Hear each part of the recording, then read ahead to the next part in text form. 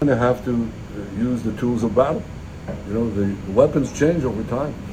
You can't fight today with swords. That doesn't work very well. Okay, and you can't fight with cavalry. That doesn't work very well. And you have these new things, you know, like drones, things like that. I won't get into that. But we have to fight with the weapons that apply to the battlefield in which we engage. And the most important ones are in social media. And the most important purchase that is going on right now is class TikTok. TikTok, number one. And I hope it goes through because it can be consequential. And the other one, what's the other one that's most important? X. That's very good. And, you know, so we have to talk to Elon. He's not an enemy. He's a friend. We should talk to him. Now, if we can get those two things, we get a lot. And I could go on other things, but that's not the point right now. We have to fight the fight, okay? To give direction to the Jewish people and give direction to our non-Jewish friends or those who could be our Jewish friends. Are we going to succeed with everyone? No. Will there be a strong counterpoint? Yes. All right, Shalom. I want to give all the praise, honor, and glory to Yahweh Bahasham, Yahweh Shai Bahasham Rakakwadash. Double honors to the apostles and elders of Great Millstone who taught me this truth. Shalom to the hopeful elect. This article is from newstarget.com, and we're going to get straight to the point here. It says, Netanyahu demands global censorship. As we told you, all right, who were the people spearheading all of these laws and legislations to control the narrative that's going out on social media? As you just heard him out of his own mouth. Okay? Time is running out. Netanyahu demands global censorship, accuses Australian government of encouraging anti-you-know-who. Okay? Now, before we read on, this came out 2 days ago on December 14th, 2025. All right, it says Prime Minister Benjamin Netanyahu at a government meeting in Dimona, quote, on August 17th, about 4 months ago, I sent Prime Minister Albanese of Australia a letter in which I gave him warning that the Australian government's policy was promoting and encouraging anti-you-know-what in Australia.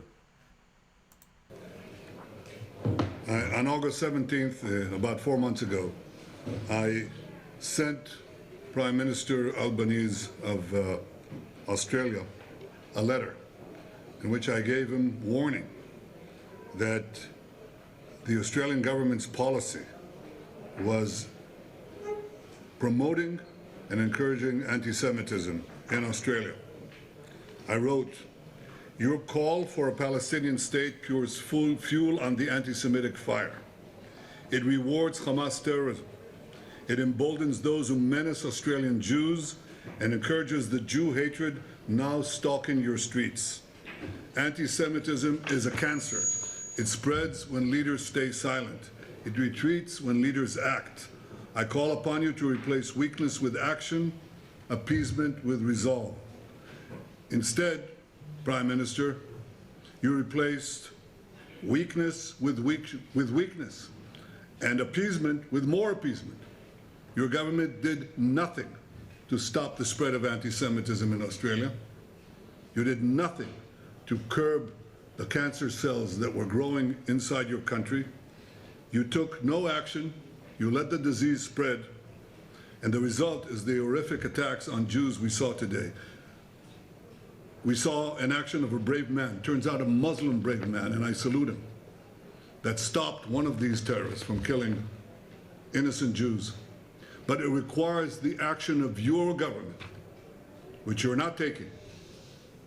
And you have to, because history will not forgive hesitation and weakness. It will honor action and strength. That's what Israel expects of each of your governments in the West and elsewhere. Because the disease spreads and it will consume you as well.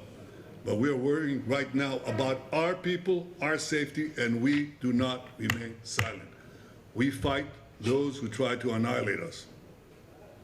They're not only trying to annihilate us, they attack us because they attack the West. In Syria, we saw yesterday 2 American soldiers killed and 1 American interpreter killed as well.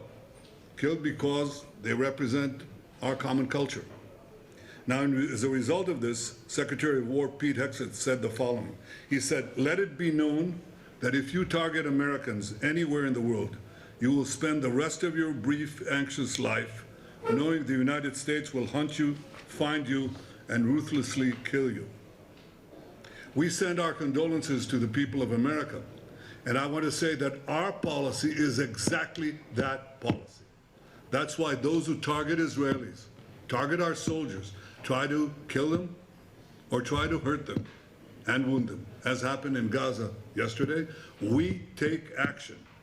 They will spend the rest of their brief, anxious lives knowing that Israel will hunt them, find them, and ruthlessly dispose of them. That is American policy. This is Israel's policy. It's our policy in Gaza, in Lebanon, anywhere around us. We do not sit by and let these killers kill us. Yeah, so let the victimization begin. All right, as you heard them talking about policy. All right, this is what they always wanted right here. Again, Not a Jew demands global censorship. Okay, we warned you that it was going to happen, and they were going to be in the forefront of pushing it. Okay, and now it's happening. I just want to read a little bit here, and that'll be it. Like I said, this is just straight to the point. Okay, it says, in a world increasingly connected by digital threads, the battle for narrative control has become the new frontier of power. We told you. It was always about narrative control. Okay? The battle for narrative control has become the new frontier of power. Israeli Prime Minister Benjamin, not a Jew, is now openly demanding that Western nations adopt a policy of aggressive censorship. See? Time is short, man. Okay? They're getting ready to come down on anybody that's saying anything, criticizing them, critiquing them, okay, exposing them. They're ready to just shut it all down. Okay? It says now openly demanding that Western nations adopt a policy of aggressive censorship, framing any criticism of the Israeli state as a dangerous disease must be eradicated. See that? Okay, the great wrath is coming. And that censorship, the famine of the word, ties all into that.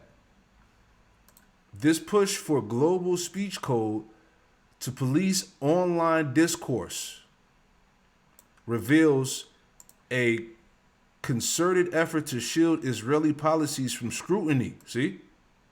By redefining dissent as hate. See that? All these things that any type of criticism, anything that you say, anything that you may expose is going to be tied under the banner of hate. Okay? What does this mean for free speech?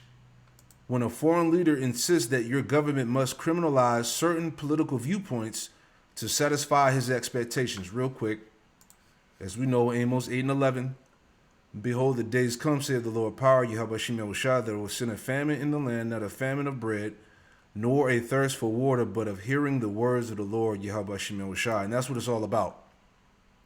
Okay? Every policy, every law, every decree is set up to remove the word of the Lord. Okay? Controlling the narrative on the internet to get the prophets off the highways and hedges. Okay? Soon to come videos, channels are going to be under attack all over again. On a whole nother level. All right? So the Lord is about to make short the work. Verse 12, and they shall wander from sea to sea, and from the north even to the east, and they shall run to and fro to seek the word of the Lord, Yahweh Shem Yahushua, and shall not find it. All right?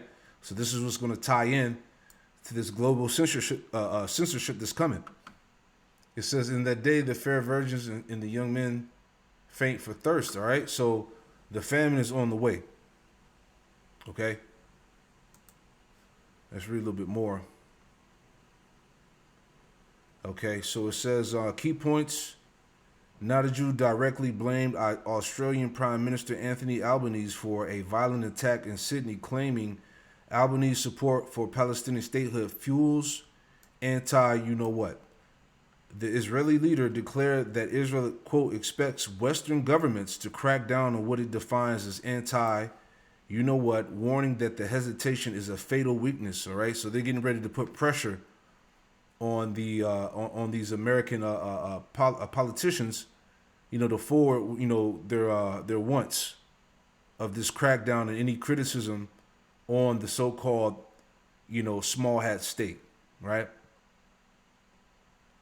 This political pressure aligns with the stated goals of Rabbi Yehuda Kaplan, nominated as the U.S. Special Envoy to monitor and combat, you know what? All right, they got a whole, you know, military force behind, you know, the monitoring what they deem as hate speech, right?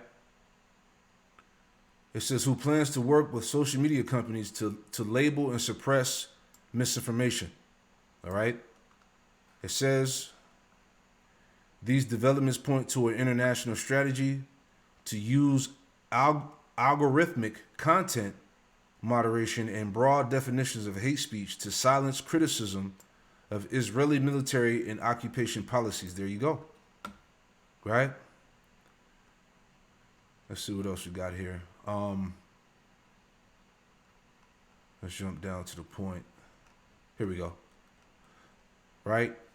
Now the Jews push for narrative control. Right? It says, I want to get to the point. Right here, this last paragraph. Right? So let's let's read these last two paragraphs here. So it says the goal is to explore a paradigm where the state's actions, particularly in its ongoing occupation, are insinuated from critical examination by branding such examination as a security threat. Check that out. Now the Jews' speech linking the fight against, quote, those who try to annihilate us to a broader class of civilizations and designed to make censorship seem like a necessary defense of Western culture itself. Last point here. The implications are profound when a nation that maintains a military censor for its own press and oversees a regime described by leading human rights organizations as apartheid demands that other democracies police speech. It turns the concept of liberal values on its head. It asks citizens in free societies to surrender the right to question and debate in the name of protecting a foreign government's policies. The real cancer, quote unquote, may not be dissent, but the authoritarian impulse to silence it, an impulse that is now being packaged and presented as a necessary policy for the West. All right, so it's coming, man. Okay, we warned you, we told you, okay, and it's here. You know, so that's the time man. The time is running short, man. The famine is on its way, man. You know, Shalom.